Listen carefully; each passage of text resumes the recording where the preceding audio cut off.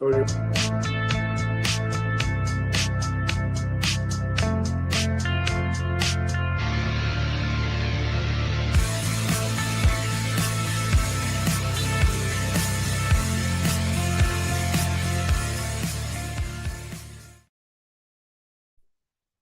We're in Vienna, Austria. Can you hear us? Maybe. I wonder if you can hear us. Find out in a minute. We got to do a test here. We're setting up a. Testing. Let me see if I can hear us on the restream here. Yeah, it's playing right there. Well, we're in Vienna, Austria, streaming and restreaming live with Rob and Seyr. Can I hear myself? Yes, we are. Oh, we can hear each other. Yeah, that's cool. Okay, it works. We made it work. We're here with Rob and Seyr in our makeshift studio. We're in a mini Fritz. We got a mini Fritz. What is a Fritz? It's a mini Fritz. Oh yeah, that's right. It's a cola here in On the Fritz. Austria. It's a cola. Yeah. Fritz cola. Fritz Cola. So I'm in the corner in the fisheye lens, so I look like Yeah. half the size. Yeah. This is funny. Uh, We're drinking grappa. grappa. We've been walking through palaces and castles. Two of us are drinking grappa. This Cheers. Like, here we go. Pinch in. I have my The Stein. Verstein. But if we put all the glasses, Fritz disappears. The glass is literally like the Yeah. That's how much we're drinking tonight. Anyway, we're having fun. We've been here for a few days now, and we have been seeing it all as much as good people could. Yeah. Good stuff. Bow hunting, skydiving, no, hang gliding. Hang gliding. Yeah. What was that mountain called? The cliff. The cliff of that mountain. It's the nature park Hohe Wand. Hold on. Holband. It's like high wall. It's basically called. Yeah. Got to watch people trying to kill themselves.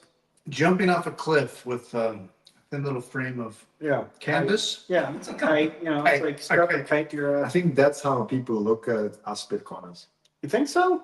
Like from outside, see like not like Bitcoins, like not actually, but like mainstream people that think like ETFs and all of that is safe. Right. They look at like Bitcoiners, they are jumping off a cliff, Right. hoping to hang on to this like small, tiny internet thing and like just glide down and hopefully not die.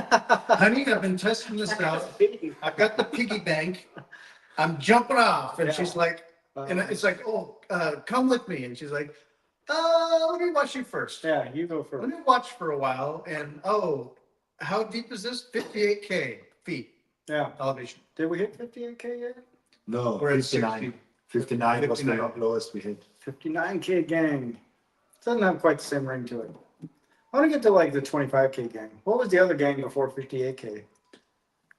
There's another one. Where were we? 35K gang? There was briefly, I was an 85K game. Oh, that's That's like the 85K gang. God dang it.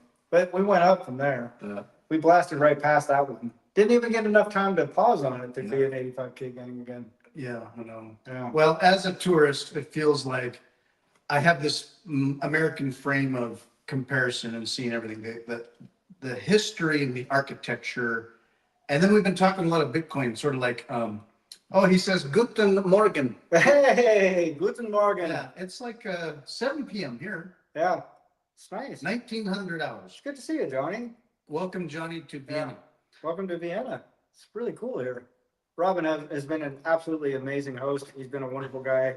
Thank you so much, Robin. It's like I can't stress enough how gracious Robin has been with us. So it's been huge. I mean, That's awesome that you thanked you plenty of times, but yeah, man, Well, he's taken us all over Vienna. We got to see some amazing sights, some beautiful, beautiful scenery, and just you really get to feel a slice of Austrian life, even just a taste. But then we're off to Prague, so pretty exciting, right? soon. Prague is coming.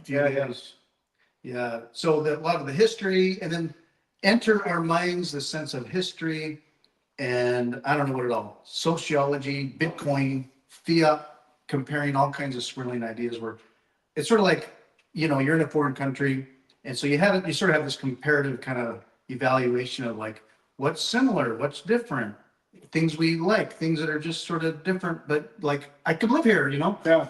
And then in perspective, we like, in my mind, we zoom out, and it's like, what is money? What is Bitcoin? We start having these conversations that are just sort of We have them deep enough that we drove Robin's girlfriend away. Yeah, Wife. Wife. She's just like, enough. I don't want to hear this crap anymore. We go to a palace or a castle, and it's sort of just imagining like what resources and wealth or power or human management did it take to build that, like hundreds of years ago. Yeah. And enter our minds sort of just the systems involved, what's thread seeming through all this. Indeed. And there's a thread. I think so. I think so. Ich bin ein Vienna. That's the thread. Yeah. So that's Weiner. an amazing friend. Yeah. I feel like an Ich bin ein Weiner. I feel like a Weiner today. a Vienna, Vienna? right? Vienna. A Vienna. Yeah, in person, yeah. Yeah. It's so funny because I hear that also in movies, and before you told me, I didn't know that it came from Hot Vienna, dog, from yeah. Vienna. Right. Yeah. Yeah. They're like, because I heard that and I saw the context, I'm like, okay, it's like interesting, like a word, but like I think I made the connection there. Yeah. All right. Yep. He's See, a new World Cup guy, by the Ich bin way. ein Weiner. Vienna. Little umbrella. I got one. How This is a close do I have to get? local Viennese soda pop. Pretty good stuff. Yeah, I have to get so close to even be comparatively big. Yeah. Yeah. I I've mean, been we sending can like see you shrink. Now we're like, it's like the mystery house. Yes, exactly. Robin is still, it doesn't matter how close he gets, he's still that size. Yeah. Robin. It's just that's all I'm. So after we're taking pictures, you know what I took a picture of today in the supermarket were corduroy pillows. Have you heard of those? No. They're making headlines. What? Corduroy, Lines on your head. corduroy pillow. They had corduroy pillows in the supermarket. They did? I took a picture of them. What is that? Yeah, what is You know corduroy? I know, like corduroy pants. or like- They're corduroy pillows. And you get little corduroy lines in your They're head. making headlines. Oh, God. Oh, I'm That's a leaving. joke. I'm done. I'm done. Oh, because they have Because there's the lines lines in their head. if you like. So it's making headlines. Oh my gosh. But That's my dad joke. oh my God. Fritz had too much kappa. I know. So Grappa. grappa. Yeah, Wine. It's kind of like highly fortified pork, or I don't know what it is. that is some straight up booze. Booze. Yeah, Yeah. Here's the corduroy pillows. Hide that. I'm gonna, that's this one. Oh yeah. Corduroy pillows in the. It looks more like a Vina to me. Yeah, I saw those in like corduroy pillows. I thought that was a joke. No, they're corduroy pillows. Anyway, we didn't get it. But I got this hat. So we went on hikes and hikes. We went bow hunting, right? Yeah, we We shot, slaughtered. we slaughtered so many animals, took too many shots to do it, but it's kind of one of those things. I keep wanting to look at the laptop. I know. I'm looking down here. It's like, oh wait, It's the like, camera's oh, yeah. right there. I'm not used to a foreign, like, outsourced camera. We can just do it like that. Yeah, could do. Oh, yeah, Now just we're get rid of looking it. at Now that. it's like, Yeah, that's Yeah. not distracting. But I got to see Johnny's comments. Yeah, I mean, that's oh, yeah, yeah. I got to see Johnny. So what happened in Bitcoin today? Is Bitcoin still there? maybe. It I haven't checked. it kind of plunged and now it's flattened up. It's all kind of relative. It's like it's 60,000, 61,000. It will be so interesting because I've not really lived through a major crash while I was working in Bitcoin. Really? Because like, what was the last crash?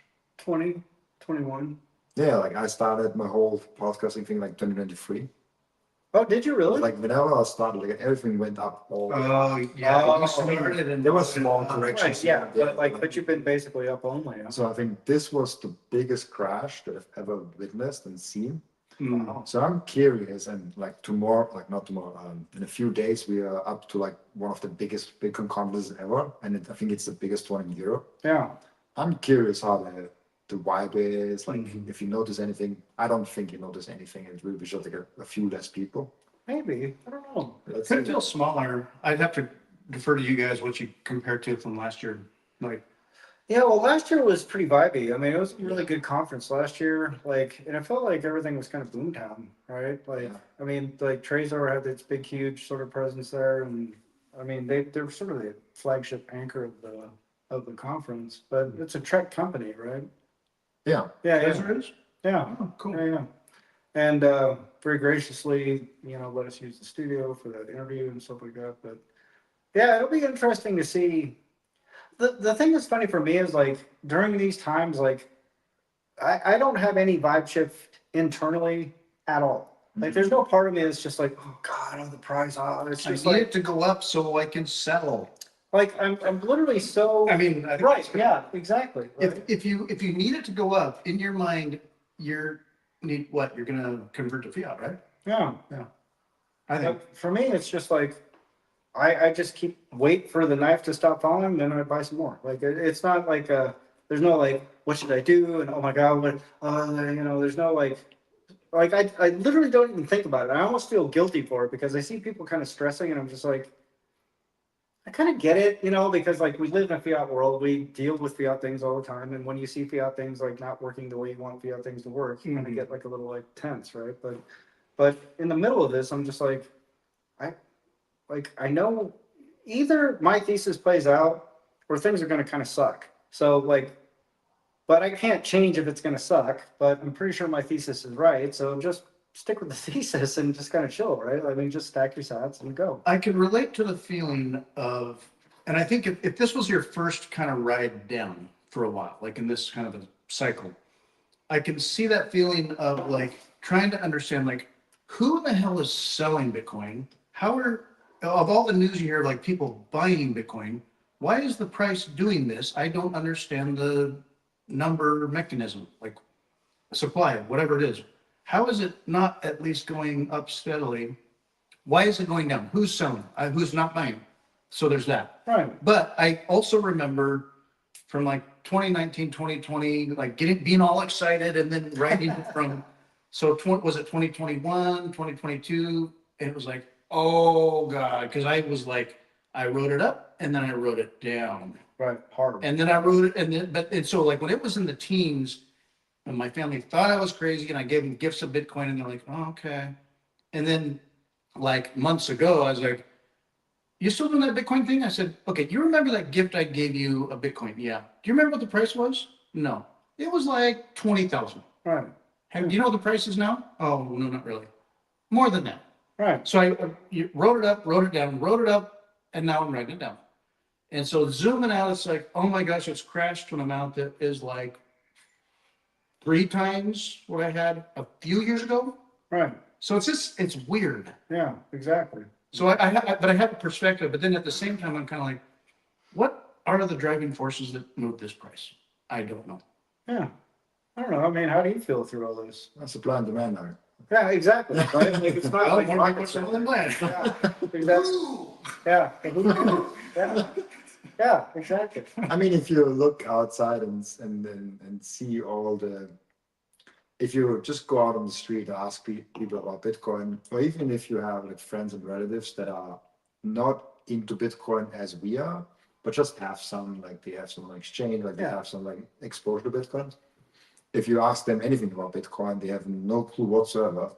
And then like if the price is dropping 40-50%, that's your answer. Like those people are saying, Yeah, exactly. Yeah. they're panicking, they have no clue. Right. Those are the people that sell when it goes to 58K and they buy when it goes to 580K. Right. Yeah. They're usually really creating timing the top and timing the bottom. Yeah. But a reverse Right. action that they should do. Yeah. The Exactly. ETFs they've had outflows, and I could see people that bought into the ETF, and they had a time preference for a year or two, and they're just kind of tired. Like, I don't know, I'm gonna buy what SpaceX IPO, you know. Yeah. So Well, that I mean, Which I've is heard people say stuff like the IPO is pulling, investor money, but I don't know. I mean, I don't know how you feel about this, but like for me, like when I look at it, I go, this isn't like a tchotchke thing that you're gambling on, right? You like either like you wouldn't. I mean, maybe people speculate like on land this way or something. Oh yeah, maybe I'll buy this, and maybe they're going to do a suburb. Oh, they're not doing a suburb. I'm going to sell it and take a loss, and it's like diving in and out of this thing. You kind of go, why would you ever do that? Like you don't do that with your house. You just kind of go, well, I mean, like people bought houses. Like a friend had a condo right before the financial crisis. It's like he didn't just like panic sell, like, oh my God, financial crisis, I got to panic sell my house. He just like kept making his house payment. But now that same house at that time, that like he bought the condo for, you know, $400,000 or something like that. It dropped to like $200,000 during the crisis. Now things are worth like 750,000. And so if you talk to him today, you go, well, why didn't you sell and then rebuy another condo? And it's like, because you don't even think about it. You just go, well, this chances are good, this is going to keep appreciating. Chances are good, they're going to keep printing money. And chances are good, my mortgage is locked in, so it doesn't matter. Like, I'll just keep paying the payment, and then sooner or later, 15 years, 20 years, like, I'll look around and go, oh, my condo is worth $1.2 million. I paid $200,000 or $400,000 for it. Somewhere 20 years ago, it lost value, and I didn't think about it. But now I'm doing great. And I kind of think like Bitcoin's sort of the same thing. It's like, if you're like hanging on every little dip and wiggle, and you're like, you're gonna drive yourself crazy. But Yeah, you'll never fully understand the sort of the nature of the property. right, I think I mean, I don't know, and you know, I'm trying to think of the magic that it took for me to get it, and part of it was a sense of like history and monetary policy and the numbers game, and then seeing things like the money printing. And it started to sink in for so many people, they just don't get there and maybe never will. I don't know. maybe I don't know. But it's hard. It's Yeah. hard for human nature. Right, Like a house versus a digital property. Like even if you compare it to a stock has opening hours. right, You kind of sleep. You're like, oh, okay, now like it doesn't move. I don't have to check it. Like a house is like how do you value a house? Like how does a price get tagged on a house? right. You kind of have to appraise it or like check other house prices in the area, but like they're all a little different, so you cannot like exactly say like, Right. oh, now it's like 610,000, now it crashed down to 570,000. Exactly. Yeah. And then Bitcoin is just available 24/7 for everyone to see. And it's like, oh, it crashes down, like, oh, this and this happening. It's just like, it's interest. But I think it's positive Right. because people are talking about it when it goes down and when it goes up. And it eventually drives more adoption, drives more people talking about that thing and Yeah. like overall adoption just to Bitcoin. So I think I like it. Yeah. That it does that, and you can make a lot more money also with that because you can just always buy it when it's like lower, which Yeah. is like okay, when it is lower, you can look at different indicators. You can look even like fear and greed index. Right. Have you ever done that? Like just DCA buy, but only when the fear is like under 30 or something. Like that? Exactly. You are outperforming Bitcoin massively Yeah. because like you timed your like Mhm. it's such a rudimentary thing, like it's just like Right. super simple, Yeah. but that's against human nature Right. because like supply and dynamics, when the Bitcoin price is going down more people are selling and buying, Right. has to be like that. And so we think like, oh, other people must know something I don't know. Like there's like almost this peer pressure of like, oh, I also like I should also sell, like I'm panicking, like I don't have a conviction. And so Yeah. if you never gone through that and like form your own conviction, Right. it's like hard for you. Yeah. It's against human nature. If you're a good volatility trader, there's like layers to volatility where it's just like, you know, hour to hour and day to day, and then the swings over a little time, and then there's kind of the long indicator type look we have at it. Yeah. And if you're good at the volatility, yeah, you could play the numbers statistically, and in a way, the volatility would be good for you if you're careful. Yeah. I don't know. If you're But careful. probably I would say maybe perhaps the indicator horizon is the best, like, or safest. Yeah. I don't know. I mean, like that little indicator thing, that was from my shitcoin trading, right? Like, so that was like something I just kind of hashed out when I was trying to figure out like stupid day trading shit, right? But like it has turned out to be a really great buy indicator for, you know, just like picking stuff up. And it's kind of simple, right? Mm-hmm. But I would bet $1, like if you looked at it, it probably tracks the fear and greed thing like great, you know. And you know, it's like if you've got like I don't know what someone might call high time preference, what, a year, 6 months, or 3 months, I don't know, I don't know. 2 years. But I'm like thinking like 20. Like you kind of go like why,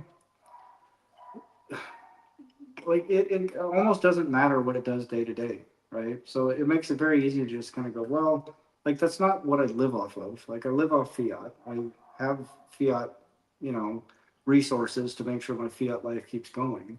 So it's not like I'm just, I mean, maybe that's that whole like, I just want to get rich and I'm just going to pile in and put all my fiat into this thing and watch it go up.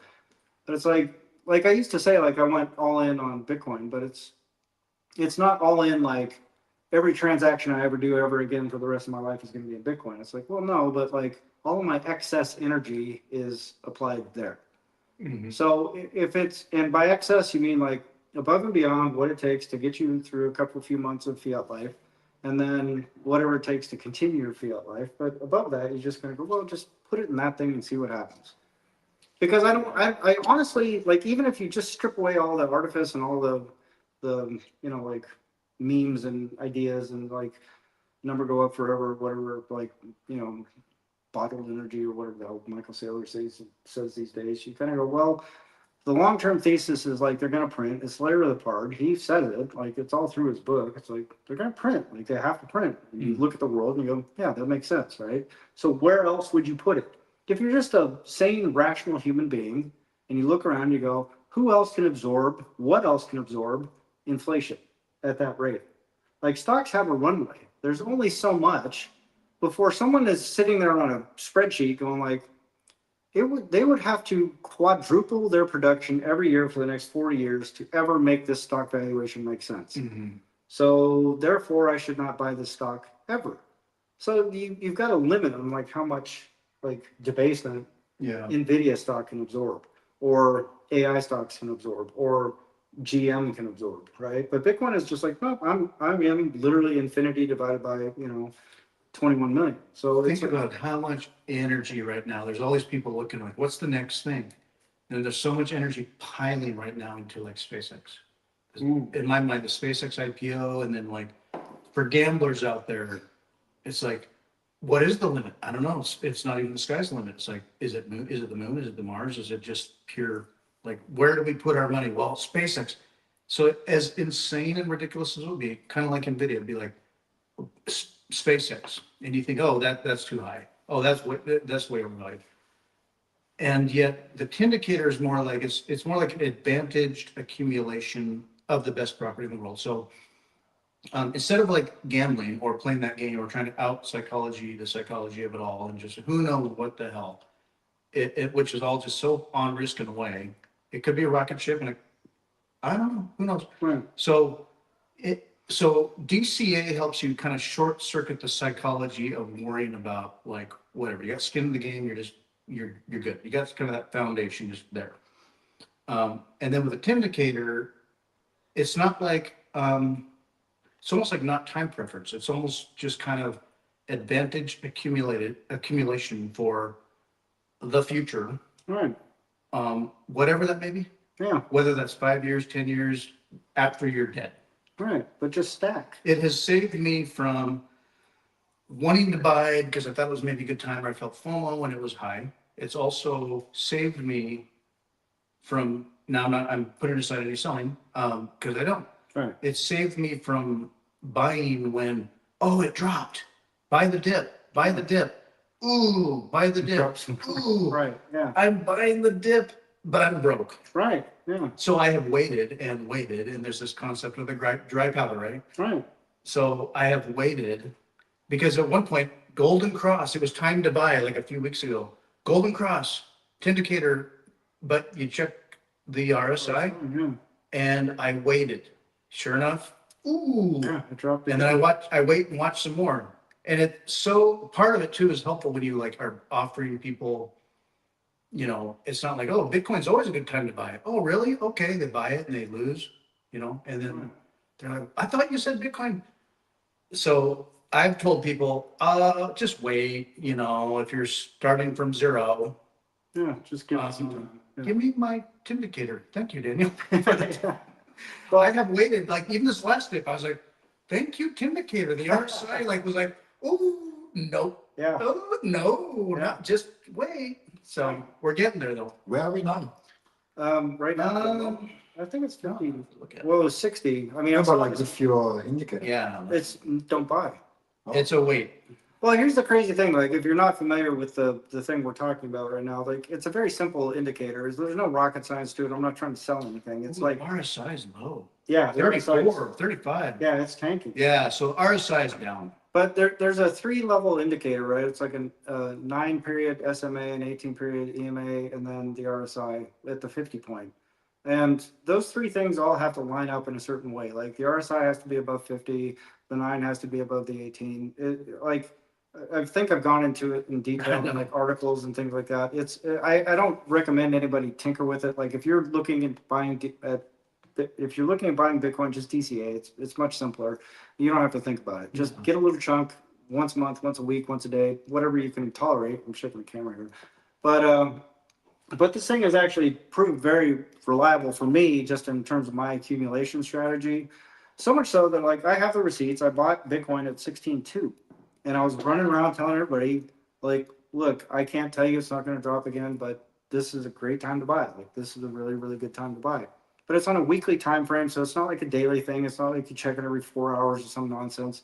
It's just like, and it moves really slow. Like so, these things like when that cross happened, like I remember I was talking to Fritz, and you were saying like, hey, what about like this just crossed? I'm like, no, you just gotta wait. I was ready to buy, yeah, I was like double check the RSI, and sure enough, it was like, it almost got to 50, but it was like, it's got to really have some momentum. And then It drops. Yeah. I was like, oh, and I did. And that was when it was like 80. Yeah, it was 78. Yeah. Yeah. And now we're sitting at 60, right? And so this thing doesn't predict the future. It's not some miracle thing or whatever. But like I know there's gonna be some point in the very near future, whether it's next month, next week, tomorrow, September, December, whatever, that thing's all gonna cross, it's all gonna line up, and I'm not gonna even think about it for 2 seconds. I'm just gonna go, well, it says buy it, I'm gonna buy it.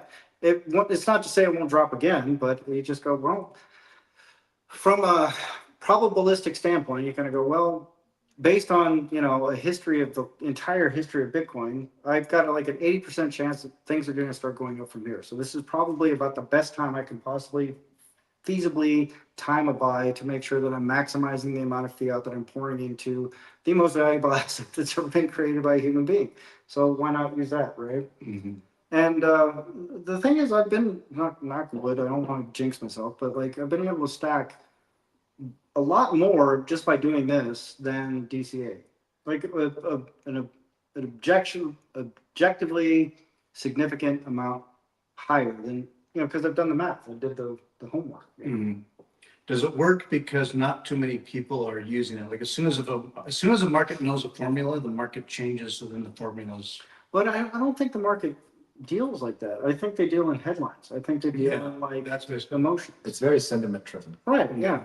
It's like what was been the sentiment around Bitcoin the last 2 weeks? Right. Exactly. Like, what was the feeling there? Mm-hmm. I was like, let's go up, let's go down. Mm-hmm. But yeah, like I'm horrible at accumulation. Like I probably could have done a lot better with that syndicator. maybe. But I would say on par, it was all good. Do you have a particular strategy, or have you been like just DCA, or I just literally, whenever I have extra, it just goes in Bitcoin? yeah, I just go put Yeah. it in Bitcoin. Oh, I mean, a little bit of a change I had the last 6 months where I was like, okay, I'm getting older. Not old, but like I'm getting older. I want to take care of myself. I want to take care of my wife. I want to take care potentially of other people long term. I want to basically have to have my business, and like even if maybe like there's a few months there's a little bit dry or like there's a huge bear market, I want to survive that period without selling Bitcoin, because that's usually the worst time to sell Bitcoin. right. Mm-hmm. And so actually like around I think December, January, I started building up a US dollar cash reserve, as we call it now. Yeah. In the Seyr world. Do you think of it in terms of like I'm saving in US dollars? Like it's a good. For me, it's in euros. Well, yeah, Okay. but it's a reserve. It's a reserve. It's just a cash reserve of like that thing I will never touch because I might need it. And there's different strategies. Do you want to have 1 month? Do you want to have 6 months? 3 months. Yeah. 3 months. Like 12, whatever. Yeah. whatever you want to kind of have. People out there that suggest different things. That people say like you don't need cash reserves, you don't need emergency funds because you have Bitcoin. And I'm like, I don't know, it's a different thing. Right. Other thing has a volatility of like 50. Right. and the other one like doesn't really have volatility. True vol, right, Like, yeah. it only has inflation that like just Right, goes down. right, Right. yeah, Like it's not that the banana tomorrow costs me €2 and then like a day later €1 and Right, a right. day later three Yeah. euros. It doesn't have the volatility in it, yeah. and so it's probably a good idea to have some fiat around. It's a weird thing to say about Bitcoin. I know, right? It's Yeah, yeah. It's a very good thing to have some kind of cash around Right, to finance your life, especially I think if you're a business owner, yeah, because like times get try. But even if you're an employee, but like even if you have a fiat job that has nothing to do with Bitcoin, you can get laid off in the deepest bear market ever, Right. and then like, oh, I don't have cash flow, right, I don't have anything to live on. yeah, The government checks are not covering everything. right, Even in socialist country in Austria, yeah, they are not The giving taxes, boy, we learned about some taxes here too. yeah, Yeah, and like they don't even cover full of your salary here. right, I think the maximum is like 70% or something like that. right, Mm.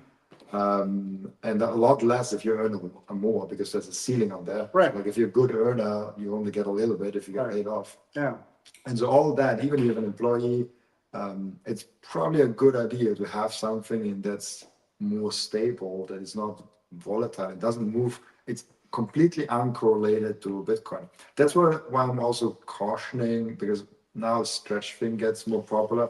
I'm cautioning people to use that as cash reserve, even though like in theory it sounds like an amazing idea. right, I just park it there and I get the 11%. But we've seen it in this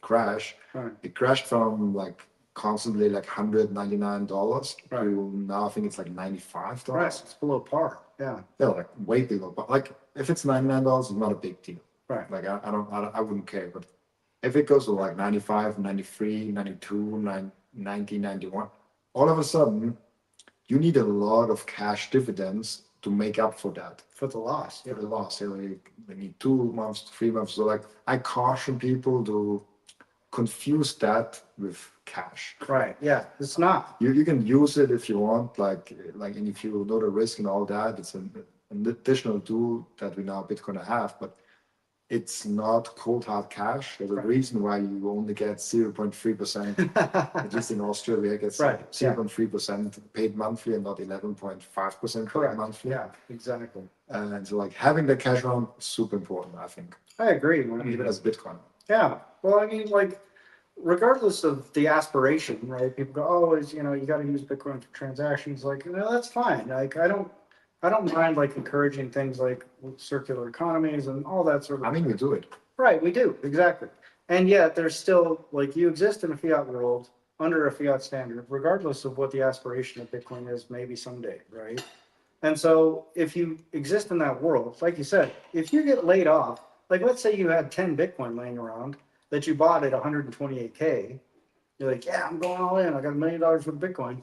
And then a year later, it's 10K per Bitcoin. And then you lose your big fat fiat job. You go, I thought I had $1 million to feather my nest until this thing, but I've only got $100,000. When you go to the grocery store, the prices they're not thinking in terms of anything but the fiat Right. inflation. By the way, Trey Sellers made a huge, like a really good Bitcoin retirement calculator, Mm. because this is the only one that I've seen that you can simulate previous Bitcoin crashes on your savings. Ooh. So you can say, hey, what if Bitcoin crashes today as it crashed 2021, 2017, Right. and all of those previous crashes? Yeah. And like, see, can you then still Retire. retire from that? Right. There's a lot of people like wonder like, oh, like how many do I need? When can I fuck off and just like Right. be a free bird? Who made that again? I was going to. Troy Sellers. Troy Sellers. Trey Sellers. Trey Sellers. But there's something to that idea, right? Because like if you're planning stack around like some sort of fiat retirement based on how much Bitcoin you're holding, it's like that's a hard calculation, right? You go, do I need like there's some number, you go like, well, if I got 1,000 Bitcoin, chances are good you're going to be good no matter what. Oh, it's Or if you got 10,000 Bitcoin, if you got 50,000 Bitcoin, you're not really thinking in those terms. But if you're the person and you who's don't like, even think about retirement. right, it's like, I've got 1.5 Bitcoin, or I got 3 Bitcoin, or it's like, you kind of go, well, what does that mean, right? And, you know, there's like 1 year with 3 Bitcoin, you could be like, I'm retired forever. This is great. And then, you know, 2 years later, you go, I can't even live 6 months Mm. with my 3 Bitcoin. So like, so how do you prep for that? So I think that's a really cool kind of idea, old Mr. Sellers. Yeah, like you Yeah. have to calculate for the drawdowns and all of those things. Yeah. You found it? I just, yeah, looked up real quick. Is it here? Oh yeah, that's the Oh, let me, here it is. Just stage for fun. That's what I do. Yeah, I'll have to read this. So, yeah, I know. It's like, okay, so I've got a family. I go to the grocery store. It's fiat, fiat, fiat all the way down as I stack. So, what is a man to do? I think Get you some fiat. dry powder can keep a marriage together. Well, yeah, yeah. Well, that's the other thing. I mean, that's a great point because, like, you know, your wife may or may not be into Bitcoin as much as you are. Exactly. You know, your kids certainly don't eat Bitcoin, so it's like, you know, you still have to, regardless of the aspiration, regardless of what people want Bitcoin to do, you still have to be realistic about where you live, like the actual reality of like what's happening in the world on a day-to-day basis. And if you want to understand just how deeply people get Bitcoin, just walk outside and ask anybody that you see what they think about Bitcoin, and you'll see, like real quick, like you're not gonna, you will ask a few thousand people before you come across somebody where they're like, oh my God, yeah, I'm all into Bitcoin. And then the likelihood of them deeply understanding what exactly it is they hold and why, I think is even rare. I mean, you Yeah. probably have to travel like all kinds of places. Dude, you're getting hammered here. yeah, like You're in the spotlight, dude. The sun is. Dude, you look great in the sun though. Look at Yeah, that. This guy looks like a yeah. movie star, man. He's like bright white teeth and just like, hey, how's it going? Washed out. Watched Robin. Yeah. No, he I looks have- slick, dude. Check it out. Like that's a legit like I don't even see it from here. I know because you're so blind, but I'm in the that's like cave. yeah. I'm in Plato's cave. I saw a funny tweet from years ago that it was like a man's duty is to accumulate as much Bitcoin as he can without getting divorced. Oh, that's funny because that's like kind of what I'm doing. But I mean, with considerations. Right. And over the years, though, I mean, so you think about it. You have a wife who's supportive and loving, but you know, okay, I'm just going to lay out like a typical example. Is it we're Bitcoiners, we're really into it, and you have a supportive, loving spouse relationship, something, and they're not like anti whatever. That would make a relationship hard, but they're supportive enough and like, oh no, that's great, honey. Like I trust you. I mean, not the kids' savings accounts necessarily. Right. Don't evaporate But- the 401k, but yeah. Our nest egg can have a Bitcoin egg. Right. And a lot of people, I imagine, navigate that. Like, okay, so we have a nest egg, and there's a Bitcoin egg or two, and the guy's like in charge of it and keeping track of it all and communicating with the wife. And then when the price goes down or there's a hard time, someone loses their job or whatever, something like a crisis, medical, family, whatever, and it's kind of like, so where are we, honey? Mm. And you're going, well. It's all on Bitcoin. baby. Can't sell. I mean, yeah. we can, but Yeah. because it all has to translate back. Like, what's the hospital going to take in money? Right. What's what's the grocery store going to take in money? Right. It's money. Yeah. So it's Bitcoin money. We could go. Oh, let's not go there. Yeah, I know. Loaded topic. Yeah. I mean, at that point, it doesn't even matter like what you use as a medium of exchange, Right. but it matters that the thing that you're saving in is volatile or not. Right. So like if you only in Bitcoin, you are dependent if you need the money, if it's currently a good time to sell. Right. Exactly. Exactly. And so you don't want to be in the position where you have to sell, like Right. never be a Right. forced seller. Never be a forced What seller. was a long-term like retirement someday plan now is like, well, but we need this now. Because even if the supermarket takes Bitcoin, it doesn't really matter if Right. Bitcoin is The down numbers. at like 40K Or 12K. and you bought it at like 120K. Right. and you're like, I really don't want to sell it here, but I guess I have to because I have to live off it. Like I have no choice. So like the volatility is like the huge thing. Why we need it. If Bitcoin's volatility would be like 10%, Right. 5%, I would be like, you Right. could go like You don't have to worry about it. 100% in. But Yeah. if it's like 40, 50, 60%, Yeah. that's a different game. Yeah, that Yeah. ball does not, you can't live that way in this world because this world is not designed for that, right? Like this world is designed in a stable unit of account, a stable denomination. And people will complain, rightfully so, like, hey, we're being debased, we're losing all our money, like, but that's over time. And it's slow enough over time that you can withstand it, like you can plan for it, right? I like to propagate your comments, Johnny, because you love it so much. It is. I It's don't already see grown that like bamboo. Uh, Is there bamboo in Austria? I never It's seen bamboo that. everywhere. I've never seen bamboo in Austria. It's a Because very there's a- invasive species. Once you find it, it will never go away. They've got a panda bear at that palace we went to. Yeah, they did. They got a panda? Yeah, they had a panda bear. They have. Oh, I Yeah. want to see the panda. We'll go back tomorrow. If I had a choice, let's say I had two choices, like, okay, you can see the future, son, and one future is that you keep your Bitcoin, but you get divorced, and you're managing kids that you see on the weekends. Right. But you have someday a castle on a hill. Mm. Or do you sell your Bitcoin and keep your family and your wife and be a humble fiat pleb? Right. I mean, do you mean like sell all your Bitcoin? Well, I guess it It depends, depends on the price. depends on right? your problem. Yeah, it depends on the price. so- It depends on your price. Yeah. Let's say you had to sell. So I would say I guess here's what I would say. If it came with what I worked on for how many years? Let's call it 6 years now, 6.5 years now. If I had to sell all of my Bitcoin and keep my family, knowing that I'm just living in a fiat world and will stack again if I can, Right. I will sell all my Bitcoin and keep my family. Of course. Yeah. All right.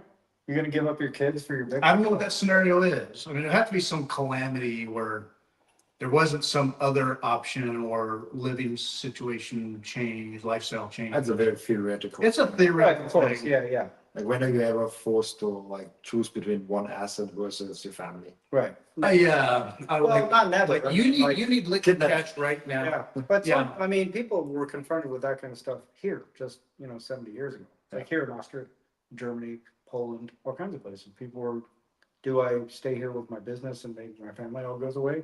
Or do me and my family go somewhere else and start with nothing? It's like, so it can be a real world decision.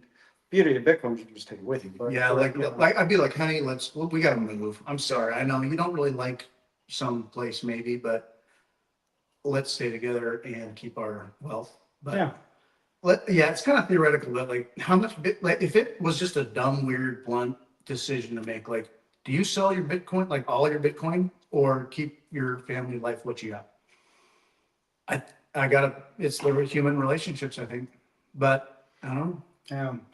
Or if it was half a bit of it, oh yeah, still half of Bitcoin. But Well, I mean, as a person who has survived a layoff, like a severe layoff and not being able to find gainful employment again, like you can, like what's the old saying from Warren Buffett? Markets can stay irrational longer than you can stay solvent. Johnny's family is also his goats.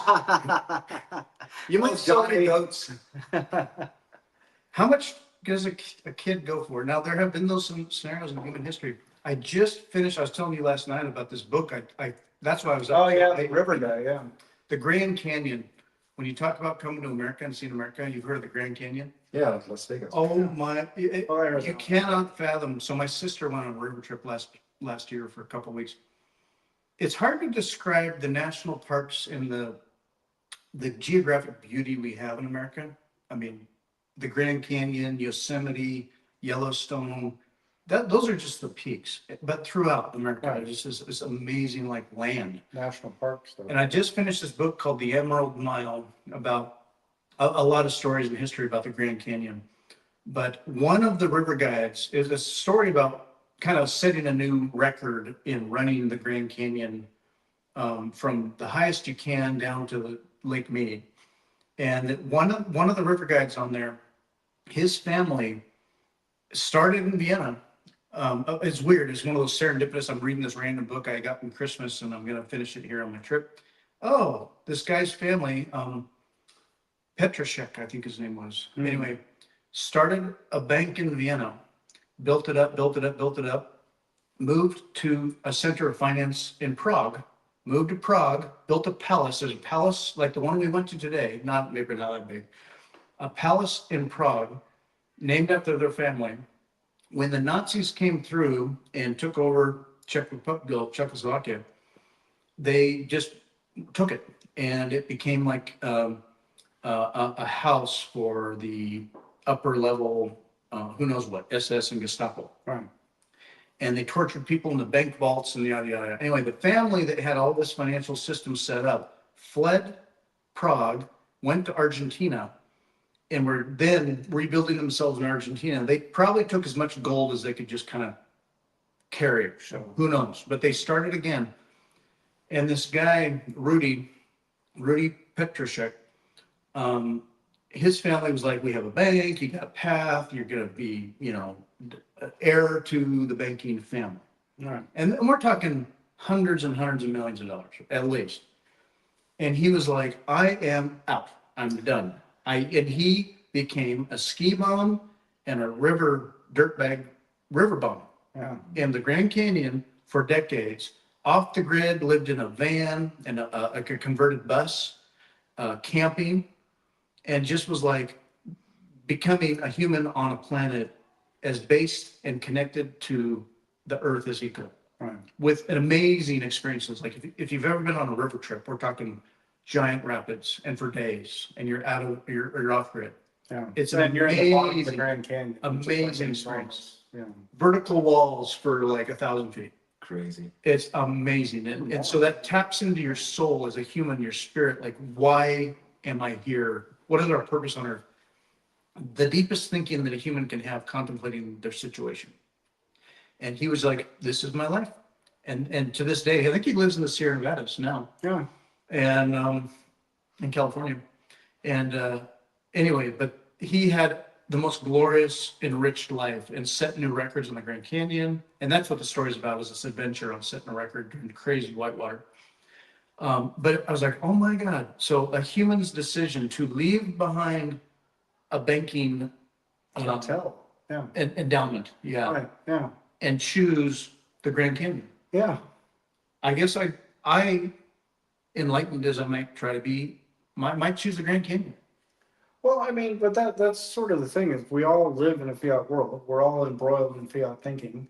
And this guy checked out of the pinnacle of fiat capability, right? Like if you're at the top of a banking pyramid and you're at the top of a banking family, and then you just go, well, you know what? Kind of living as a bum on the river is sort of more gratifying than because fiat has no end. Like people say there's infinity fiat, but you go, well, but so are the things that you can acquire with it. Right? There's no end to how much personal debasement you can face just by trying to acquire more stuff. And so at some point, the allure of fiat, I think, goes away just as much. Right? Like you go, how much fiat stuff do I need to be satisfied? It's unlimited. So at some point you have to and I think in a way, Bitcoin helps you short circuit that because once you stop thinking in fiat terms and you start thinking more in long-term savings and how you prepare for the future, you start wondering more about what does that future really look like? Does it matter if I have a Lamborghini? Does it matter if I have, 400-acre estate in, some, in some Swiss Alps or something like that? Or is it no, do I just need enough to be whole and be put together? It's You have so much time on this earth. yeah, how much time do you want to spend buying crap? Do you want to contribute to a certain kind of a legacy where your next descendants can contemplate those same things?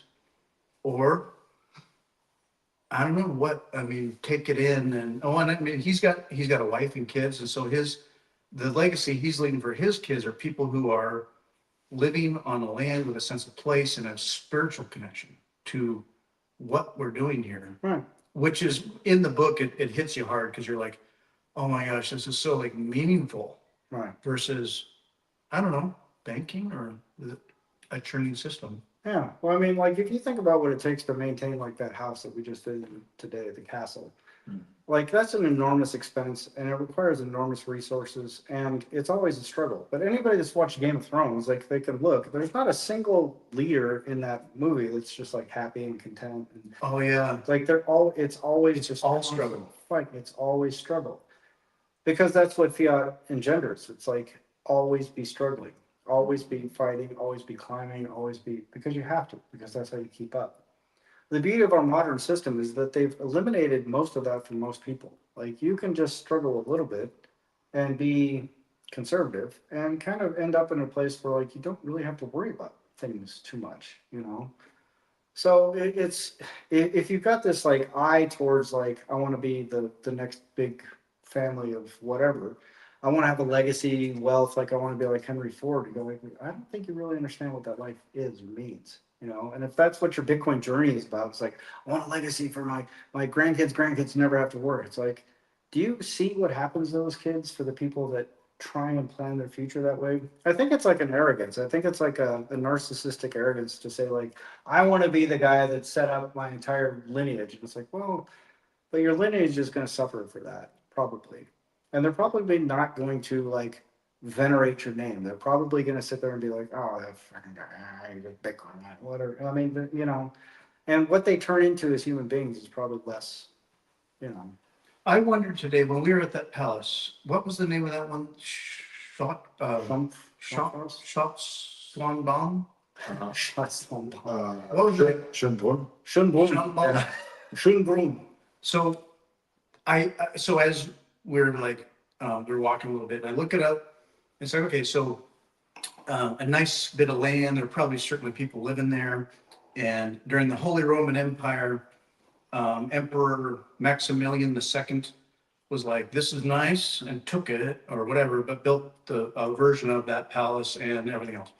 And what an empire to have, you know, just, you know, here's one of my empires in Vienna. I thought went through my head is sort of like the other places we've been, like, who are these people now? What's that family? Where'd they go? Who really benefited and where are they now? And in a way, I bet they're all contemplating the same life connection needs we have to this day. Yeah, 100%. Ever, forever. What were you going to say, Robin? Oh yeah, I was saying while you were saying like the struggle and the thing. Yeah. I think people like, I really like the thing you said, because I think people don't realize how much struggle it is to achieve any of the greatness that some of the people like greatness that the people achieved. Like even if you think about let's take a modern example. Let's think about like all the things that Elon Musk sacrificed. Oh my God. To go there. He could have said after PayPal, hey, I'm out. Right. Like, yeah. And he would have had an amazing life and would have enjoyed like, you know, a lot of it. Right. He's still probably working more than the three of us combined every single week. Right. And so it's like, do you really want to do that?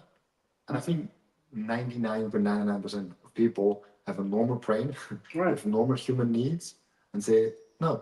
Right. And there's like every now and then like a lunatic like Elon Musk. Right. There's a genius that actually wants to do that. Right. And actually like he's like doing all the struggle.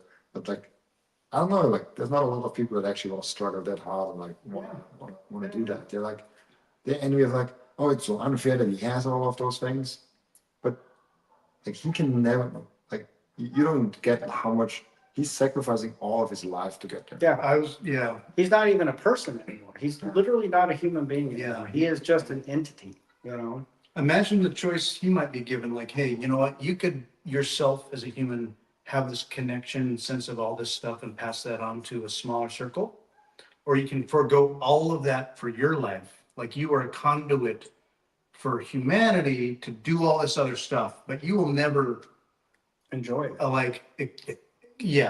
Have it. Right. You're giving it. I mean, not to say he's fine.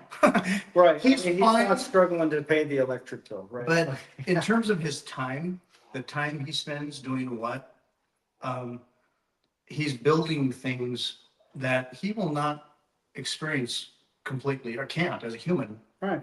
that millions, billions will. Yeah. I mean, just the thing that we did the last 3 days, he can't do. Yeah. Just like strolling around, walking around in the nature, Right, coffee. grabbing a coffee. Like he needs a security team, I guess, and like something like this. Like Being nobody, all like being nobody. it's actually sometimes like just a good feeling. Just Yeah. like walk around and be like, oh, like, I'm just like here. Like, Yeah. Yeah, be a person amongst people. Yeah. Yeah. Like he will never again in the rest of his life be a person amongst people. You know? Right? You can't just walk out in the street and, I mean, movie stars probably feel that all the time. Like, Yeah. I can't just be among you. Right. Like, I can't. And not to mention, like, if you just look at the state of the guy, like, he's not a healthy human being, you know? Oh, no. So, I mean, and the thing is, it almost doesn't matter, like, how much you stack. Like, that guy that built that castle, like, he probably died taking a dump, you know? Like, there's no, like, Look it up. he didn't Curious. get to, you know, like, live forever. He didn't get to, he just had to deal with everything that we deal with. Except he had a lot of added pressure and he got to experience some little sliver of life that 300 years later, we get to experience the same sliver of life he did. Mm. Like we got to walk the same gardens. He spent all that time and struggle and fighting and overtaking empires and, you know, battles and sacrificing people and stabbing his brother in the back. And God knows what sort of drama went on in the court just to build all that, just to bring all those resources to bear. And now me and you and Robin can all just like walk around the same place that like he struggled so hard just to make sure that his girlfriend could walk around with an umbrella going like, oh, look how much stuff I have. You know, it's like, oh, we have it now too. Gotta have that security. And meanwhile, I remember there's a plane flying over our head and I go, that guy never got to see that. I can go get in that thing. That guy never got an opportunity to sit in a plane and fly like a bird and go from here to a place. He didn't even know the places I visited existed. Like New Zealand, like what's that? Like he had no idea. I can just fly there, you know. So you go like, well, what was all that worth? Like you have this monument that's in the middle of the city. Everybody goes to the monument, but they go there to take pictures. They're not, you know, praising your name. They're not bowing down to your Right. prayers. They're- Oh, thank you so much for building this for us. right. It's just like But even if they did, right. what does he have? What does that mean? Yeah, exactly. We were talking, well, on our walk today at the palace, is like, you know, like we were talking about like what the average, what peasant. Yeah. So the people that built that palace at the time, 500 years ago, about not quite 500 years ago. Yeah. So in 500 years, like the perspective of what is it that you're doing with your time? What does that mean? Right. What are you doing? What are you handing off? And so do you hustle and hustle and hustle? And, you know, the genetics will enjoy that. Your future genetics will enjoy it, but not you. Right. Or integrate it so that raising your kids is of quality. Right. Spend And time that with they them, yeah. perhaps raise their kids of quality. And you have, I don't know what that is, but community. Hmm. Well, I mean, if you just go look at the people that are, you know, Hosda or whatever, it's like, what do? They get to enjoy time with their kids. They get to live in nature all the time. And they never once sit there and go like, my credit score fell this much. You know, like, Oh, Bitcoin's down. my insurance is gonna go up again. You know, they just kind of live in the world. So, I mean, Crazy one of thing the- about yeah, but one of the It's beautiful things about Bitcoin is it gets you, I'm not saying it's gonna retire your bloodline, I'm not saying it's gonna take over the world. What I am saying is that it can start shifting your like mindset, your incentives. You can start looking at the world like, what's it mean to be a human on planet Earth in 2026 or 2040 or 2100? Like, we've built an incredible thing and it's all built on the back of fiat, but like, what does it mean for future generations? Do we all want to be like scrambling to buy the latest M&M CD or what, you know, I mean, it's like kind of go, I think we might cross some threshold where it's like things are just generally pretty good for most people most of the time. And then you have a lot more latitude to go back and enjoy the things that really matter, you know, like if that's what fiat builds, then you kind of go, well, fiat's not so bad. But in the meantime, to get over that hump, there are things like Bitcoin that can help you stop thinking about like, I need more things. And you can start thinking about, I need more time. I need more family. I need more nature. I need more peace. Mhm. Yeah. And just contemplating those things that people are often distracted away from is that how often do people experience that Satori experience of being in the Grand Canyon on day like 10, and it hits you like, oh my, I've known many people that went on a river trip like that for the first time, or maybe it was their third time, and they have oh, well, someone I know from the Dalles, I won't name names, but he was the executive director of a big nonprofit, put together all this stuff and all these things.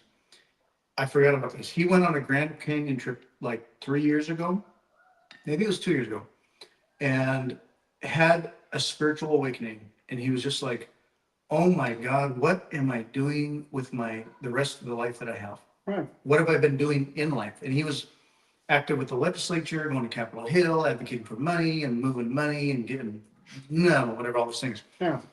He went on the Grand Canyon, had a trip. 2 weeks later, he comes out and he's like, I am quitting everything.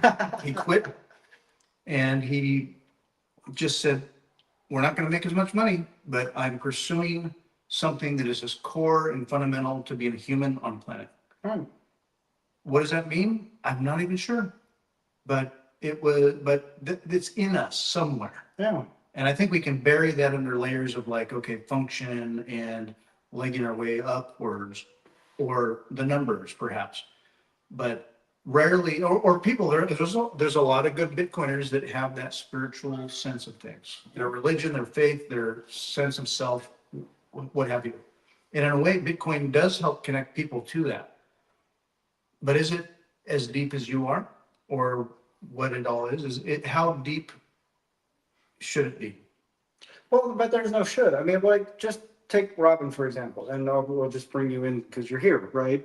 But like, if you just pause for 2 seconds, because we talked a lot over the last few days, right? And if you just think like, where was your life headed prior to like adopting Jeff Booth's mindset? Like, I'm going to put my attention and focus in Bitcoin.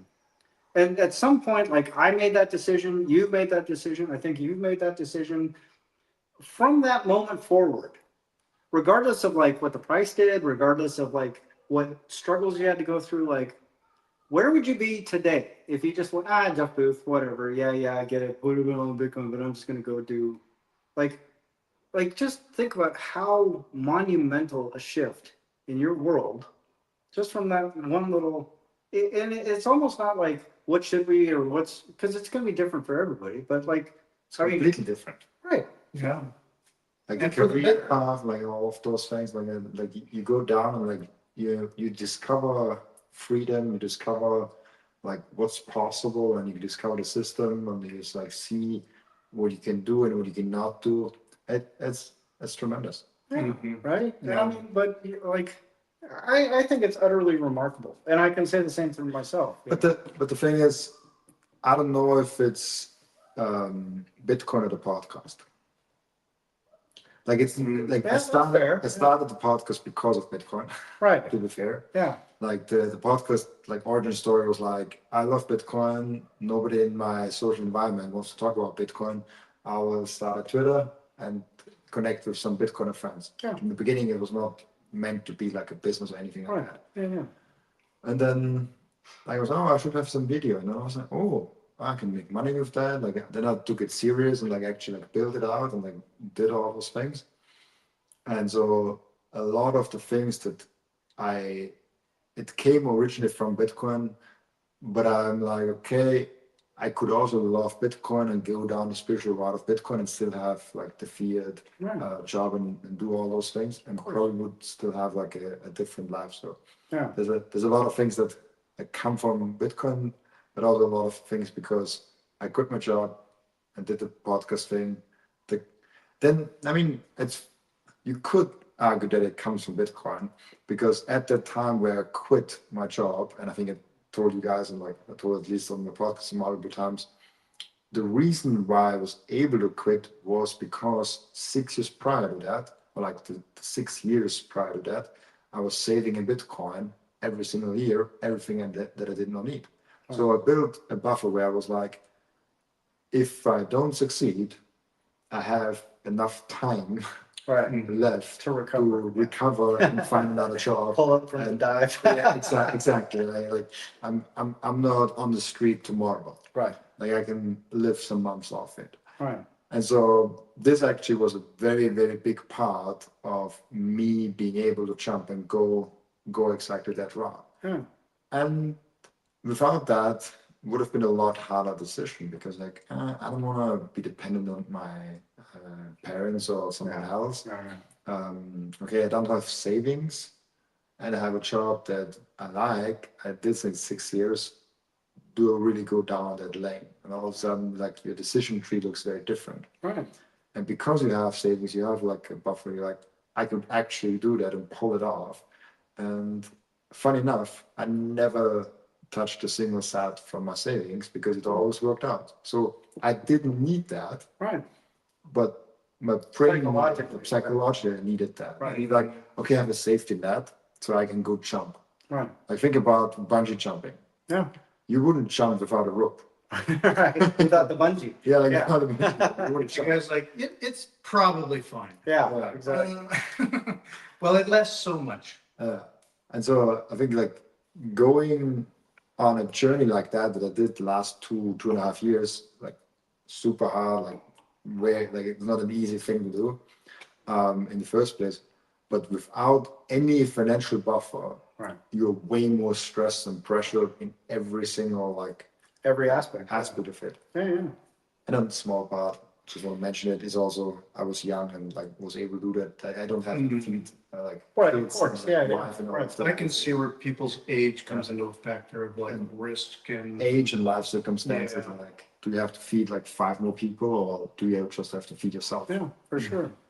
Well, it's funny you mentioned that because, like, as you said that, I was like, oh yeah, I was kind of in the same spot. Like when I left the Fiat mines, I was like, oh yeah, well I had that exact same thought. It's like, well, if this all blows up in my face, if I just make a terrible error here, I have Bitcoin stacked up. Like I don't want to sell it. That's been my little plan to like save it up and stack it and all this kind of stuff. But if everything just goes sideways, I can go like, well, I know I have that.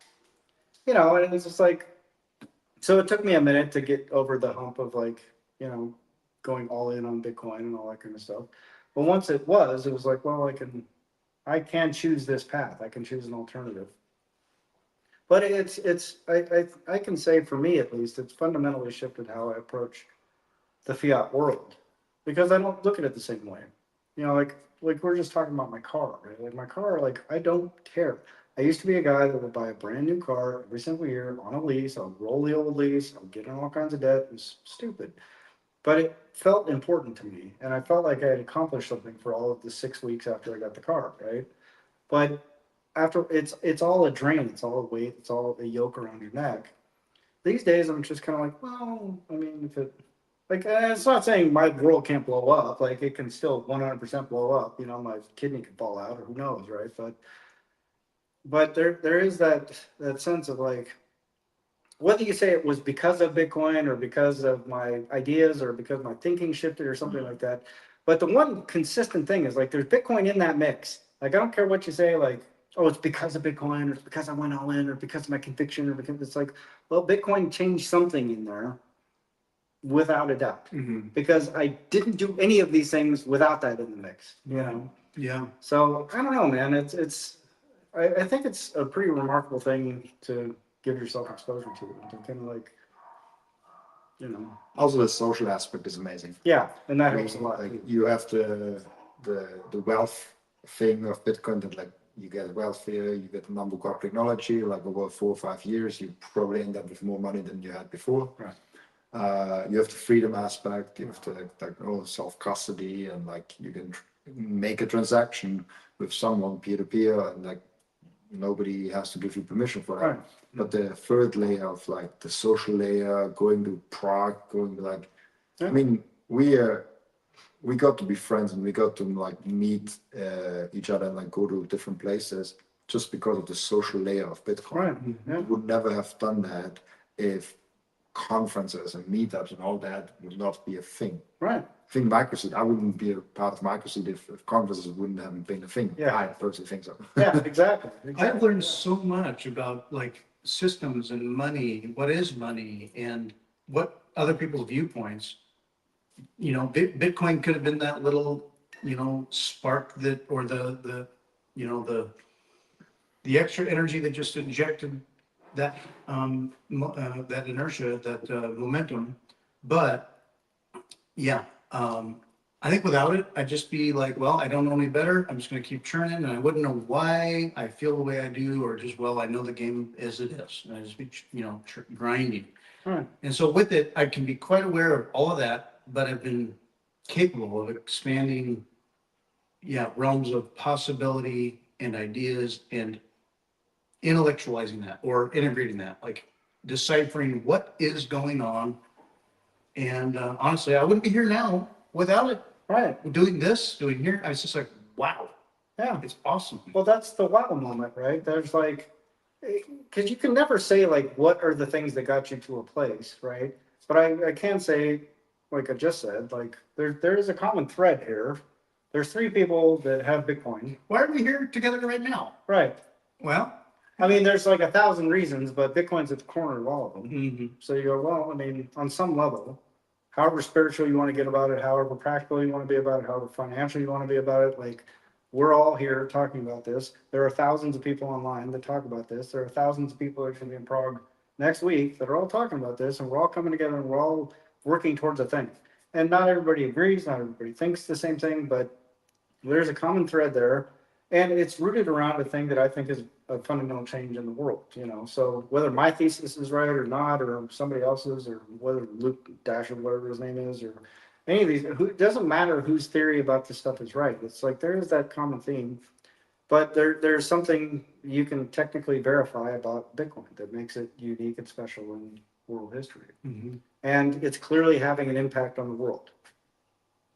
Yeah, someday I want to be imagining, whatever where it goes, it'd be like, Grandpa, reflect back on your life, tell us about what. And I just want to feel like it was quite a ride and I did my best. Yeah. Like, I mean, my ideals were aligned with what I tried to put my time and energy in. Now, if it works or it didn't work or whatever, I think it's going to work.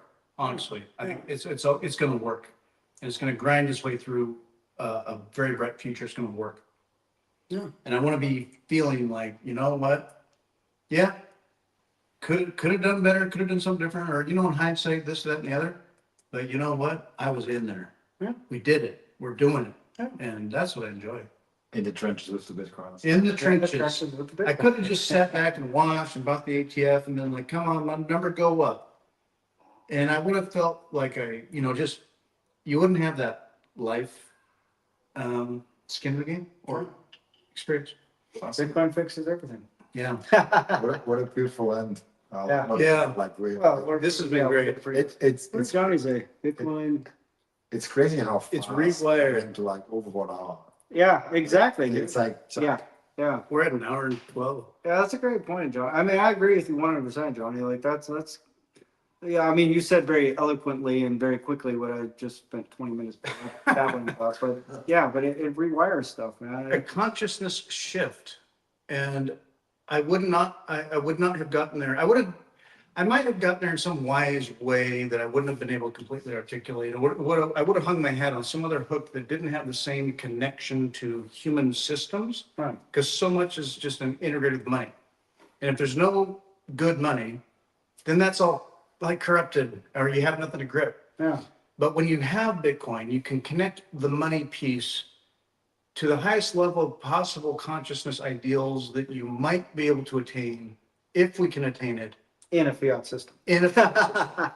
So like we're doing our best. And what else is there to do? cheers. Yeah. Mm. Cheers to my empty glass. I finished my grappa. Stein. Cheers. You should try grappa. It's like, Grappa. it's like, oh, cheers. I didn't look. I didn't. Oh gosh, yeah. I- Cheers. Cheers. We kicked it out. Yeah. Anyway, Johnny, cheers to you. Yeah, cheers. We need to give Fritz some more grappa. Oh my God. Fill me up with grappa. If you haven't tried it, it's a unique one. It's got a heavy nose and a strong. smooth kick in the balls. Yeah. A smooth. Once you've been kicked in the balls once, then the second time's not nearly as bad. And then it just gets better after that. It's just like, Yeah. kick me in the balls as I drink it. So Anyway, Johnny, I wish I could share with you just the beautiful sunset we're seeing here in the beautiful city of Vienna. the beautiful people. Yeah. Oh my God. Like this, it's. I do need to ridiculous. get into it because we can talk so much about Vienna. Oh, but dude, yeah. there's something about the culture where I was going to say there's more effort put toward. Initially, it was like, oh, people are like more conservative or more well-mannered or more something. There's a standard that people expect to be of a quality, I'd say. Yeah. I don't know. Yeah. I liked it. The trains are working. Yeah. Pajamas, like the trains are No, working. there weren't cracks in pajamas at Walmart. Yeah, there's only one pair of pajama pants I've seen out in public. Yeah, it's crazy, man. But people are really sweet here. I mean, it's a beautiful country. The people are really gracious and generous, and you know, I've heard people say they can be a little cold here, but I think it's just a matter of like, I can appreciate that. we're Americans. We open up a lot, and the second you do, like, it's some of the warmest, nicest, most friendly people I've met. So yeah, I'm a huge fan, and again, thank you to no end. I mean, such a gracious host and just incredible. Robin's a great host. Yeah, thank you. You're the best guest. Like, a bunch of loudmouth demanding Americans. There's a quiet cafe. We're talking loudly about like being American in another country. Yeah, yeah, yeah. Awesome. Anyway, well, thank you, everybody. It was great to see you all. Well, Don't forget our ad. You always posterity, You don't I even know. have the ad on here. It's right here. Oh, you do? Yes. Wow. I'm going to play the We're on, volume. Robin's Tech. So we're on Robin's Tech Stack this week. Yep. I logged in on And Robin's Robin's system. bucket hat. Yeah. He's gonna get beat up by like a Germany fan, dude. You watch. I'll wear this in Prague and it's the wrong color for the World Cup or some Yeah. soccer team.